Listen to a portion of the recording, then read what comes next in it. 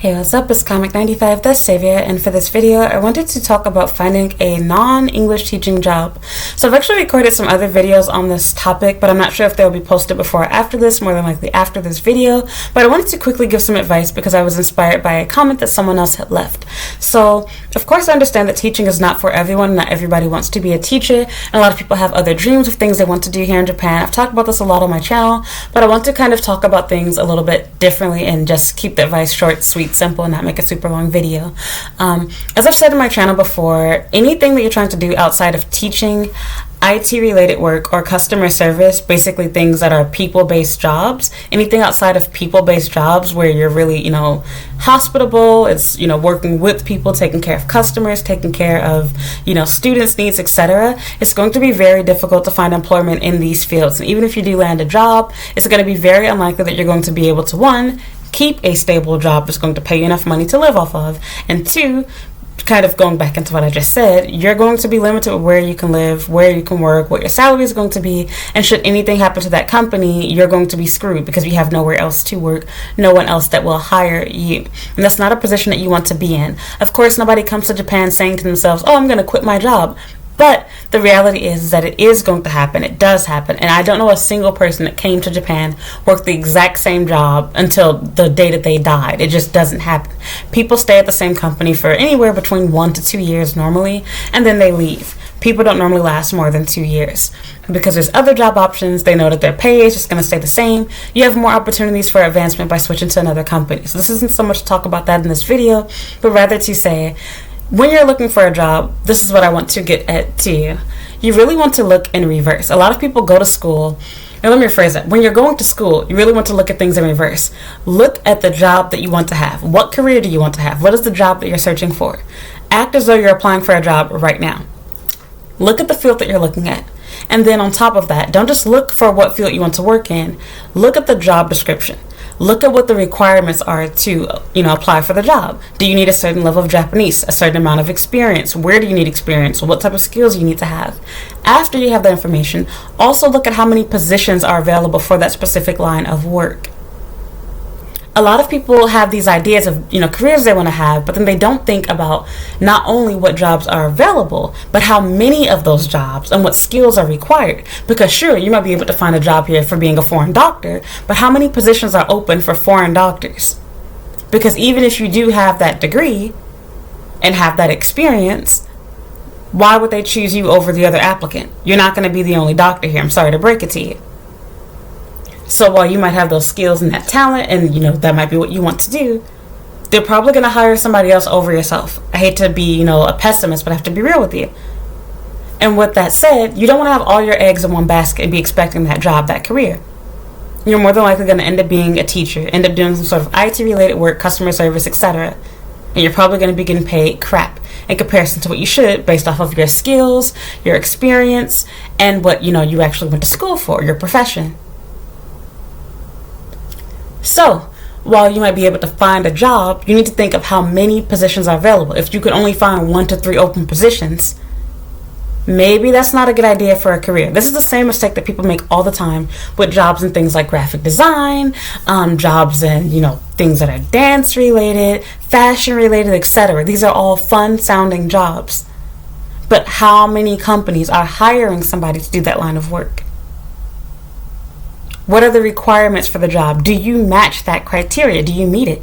Is it possible for you to even, apply for it? Do you have the language skills that you need? Have you been in the field long enough? Do you have enough experience? Will you have enough when you graduate? A lot of you guys don't think that deep. You're just like, oh, okay, there's IT jobs in Japan, or oh, okay, there's nursing jobs in Japan. But then you don't think, look at the people that you're going to be going up against. Look at the positions that are even currently available right now. Forget about your competition. If there's only 2 or 3 positions available, do you think these are going to be available when you're done with school? Okay, let's say that they are. All right. You think you're the only person that went to school to be a nurse? The only person that went to school to study, IT related crap? You're not. Even for myself. I told you guys a story before. I literally applied to a job thinking that I'm overqualified for it, which I really was. But they literally sent me back an apology message saying that they really wanted to interview me, but that they had people that had master's and doctorate degrees. apply for the same position, and that I was too young, but that they would keep me on their waiting list. And I'm thinking, like, I don't even need the degree that I have to do this line of work here in Japan. But this is also why I tell you guys that you should go to school and that you do need a degree. Because there's a lot of stupid people giving dumb advice, don't know what they're talking about, pretending like degrees don't matter because, oh, I'm working in Japan anyway, I don't have whatever. You're not competitive in Japan. Who cares if you're working in Japan? Can you quit your job and find a better one? You probably can't. People don't talk about that side of it. So think like an adult. Don't be listening to these, excuse me, I hit my computer. Don't be listening to these fools and clowns that don't know what they're talking about. That, you know, are like, yeah, I got a job. Yeah, you have a job. You have no grounds to negotiate your salary, your hours, your vacation. You bring nothing to the company. All you can possibly say is, oh, I speak Japanese. You're an English teacher. Nobody cares. So it's whatever. But off of that, yeah, basically when you are trying to decide what you want to major in, thinking about if you're going to get a job, just look at it in reverse. Act as though you've already graduated. What jobs are available? What's the language ability you need? What are the skills that you need? How often do you see these positions posted? Go to Gaijinpot, go to Craigslist, go to jobs in Japan. There's tons of different job boards for Japan. Career Cross. If you hardly see any positions for that, there's a very low chance of you getting that job. Look at the requirements. A lot of the jobs that are what people want, they know that everybody wants those jobs. So the requirements to apply, or you know, you can apply to a job anyway, but if they don't get back to you, it don't matter. But the requirements to apply are ridiculous and outrageous. Just for a mediocre salary. And sometimes the salary is a little bit good, but it's like, okay, are they going to choose you? And not to be negative, I'm trying to, you know, keep you level-headed and be realistic. Just like you're not the only person watching my video, you're not going to be the only person applying for that job. Even for teaching jobs, it's competitive. When you fill out an application for a teaching job, that's what I like about Gaijinpot. They show you how many people have applied for that exact position. And it's normally somewhere in the hundreds. That means that they had to have selected you out of over 100 other teachers. So if you got the job, that says a lot. So don't get me wrong, out of those 100 applicants, there's going to be a ton of crap. It'll be full of non-native English speakers, full of people with no degree, full of people that are really old, you know, whatever the case is. There's going to be lots of people that, you know, automatically are disqualified. But you're still going to be up against other people that have a higher education, more work experience, look better than you, younger than you, sometimes even too. There's a lot to it, or they have less commitments to you, because it's another thing that you guys don't think about. But it's kind of, there's no real answer for this. Basically, being too young is a bad thing, but it can also be a good thing. Having a family can be a bad and a good thing too. So for example, you're seen as risky. You're going to want to go on family vacation. Your wife is going to give birth. You're going to want time off. If you are a woman, you're going to want to have maternity leave. There are reasons for people not to hire you for these things. So there are some things that, you know, about your personal life that you might want to be careful about sharing with your employer. So I literally, back when I was engaged, talked to my employer about these things. And they literally were saying stuff like, oh, like, you know, well, we're not sure if you can do this because won't your husband want you to cook him dinner? And they did actually end up hiring me, offering me the job. I declined their offer, though. But I'm thinking to myself, look how sexist that was. But whatever. Then you also have situations where, you know, they're like, oh, well, since you're getting married, like, you know, we don't think you'd be the best, you know, fit for this position because maybe you're going to want to have, you know, children, you know, in about a year or so. So it's like, I should give up having kids for this position? I get what they're saying, but I'm just trying to put this out there for you guys that are looking for jobs, because a lot of you guys are young, you're dumb, you're planning. I know what y'all really trying to do. Y'all gonna come here, y'all gonna try to marry your little boyfriend or girlfriend, cook yourself your little visa. I know what y'all doing. That's between you and God. I don't care. I'm just telling you that, yeah, employers are aware of this stuff too, and some of these things can make people not want to hire you, not because they're afraid of you not staying in Japan and getting a divorce, but rather they're afraid of you getting married, or even your divorce, you know, causing problems with your work, or you having children, or wanting to go back to your home country for the holidays. There's lots of different little things like that. So yeah, basically find your job in reverse. That's how you can answer your own question. But long story short, if the job that you're trying to do has nothing to do with teaching, it's very unlikely that you're going to find a job doing it. It's going to be very hard. It's going to be very competitive. And the likelihood of you making a even decent salary is slim to none. Most non-teaching jobs offer part-time hours, meaning that, sure, if you just want to say on paper, oh, I'm doing this other cool job. You could tell people that, but then if you actually share your salary, it'd be like, okay, yeah, they're paying you $50 an hour, but you're only working 3 hours a week. So what? Yeah, that's not worth it. A lot of you guys aren't thinking like this. So the other reality too, because a lot of people, oh, I'm going to study Japanese, I'm going to get JLPT, N1, whatever. It expands opportunities for non-native English speakers. It doesn't really do much for a native English speaker at all, because the reality is pretty much any job here you can do without having no N1. You don't need no JLPT N1 level as a native English speaker. The highest level you need to do work of any kind here is really more like N3. And even then, in my honest personal opinion, it is not worth it to pay to go to school and do all of that crap for it, because the jobs that are available that require it, they're normally crappy salaries. Like, yeah, you get a different percent. Like, if you really, really, really hate teaching, then fine, go ahead. But the reality is, like, okay, you pass the JLPT N2, and then you end up working some sort of customer service related job, making what, $3,000 a month, $2,600. Like, that wasn't worth all of that crap. Like, I get paid more than that as a teacher, and I ain't got no JLPT M1 under my belt. So do whatever you want to do. That's the point of this video. All I'm really saying, and I'm going to end it here, basically, when you're searching for a job, do it in reverse. You can answer your own question. You'll know what is available to you that way. If you're trying to reinvent the wheel, be a unicorn, get another career, I can tell you right now, it's going to be a lot harder. Hard does not mean impossible, but a lot harder. Meaning that, yes, you can find the job in another field, but it's going to be a lot more difficult, and you're going to be that 1 out of 1,000,000 foreigners that actually get that position. Any non-teaching job, anything nursing, doctor related, science related, etc., you normally see maybe somewhere between 3 to maybe 50 postings out of the entire year. And you might think, oh, that's a lot of positions.